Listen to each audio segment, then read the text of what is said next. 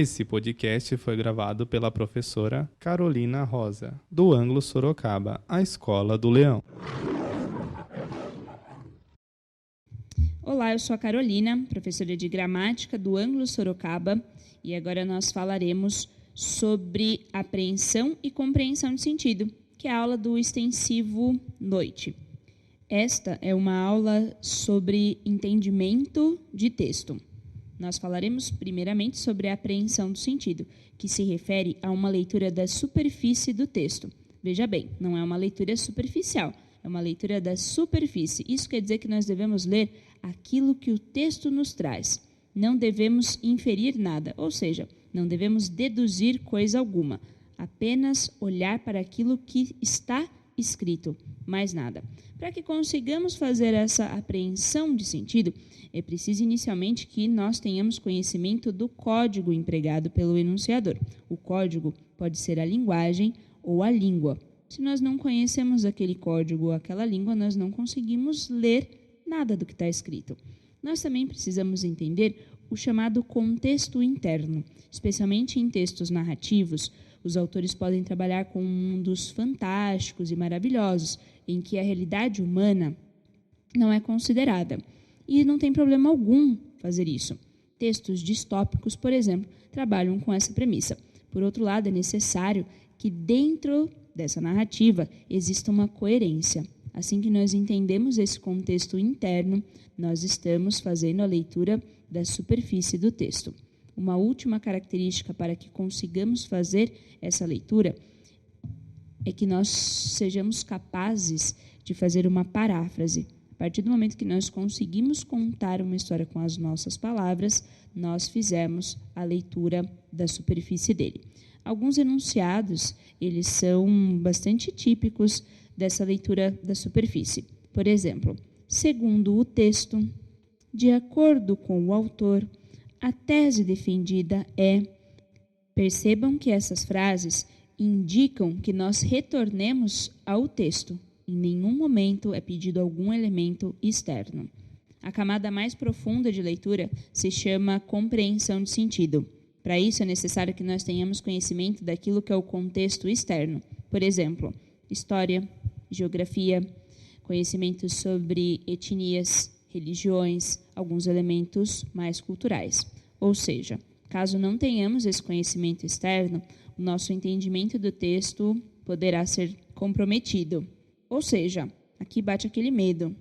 E se vier um texto que fala sobre algo que eu não sei, algo que eu nunca estudei?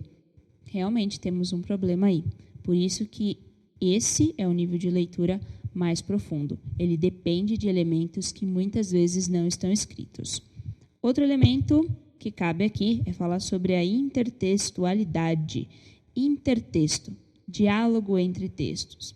Isso se dá por alguns formatos típicos. Por exemplo, uma intertextualidade pode ser uma citação direta, quando nós abrimos aspas e marcamos que estamos copiando uma fala de outra pessoa.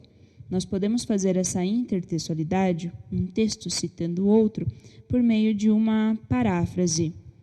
Eu contar com as minhas palavras algo que foi dito por outro autor.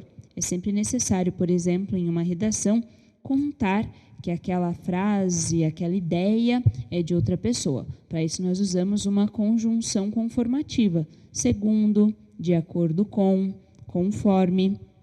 Um terceiro tipo de intertextualidade é a epígrafe. Epígrafe é uma frase inspiradora. Por exemplo, muitos livros, no início deles, têm uma frase na parte inferior da folha e o resto da folha é totalmente branca. Essa é uma frase inspiradora para o autor do texto. Também em dissertações e teses, que são textos acadêmicos, é comum que exista essa folha quase toda branca. Lá no cantinho, na parte inferior, uma frase inspiradora para o autor daquele trabalho. E o quarto tipo de intertextualidade é a paródia. Paródia que tem uma finalidade muito importante quando ela está relacionada a uma crítica social, ou então a paródia trabalha com humor.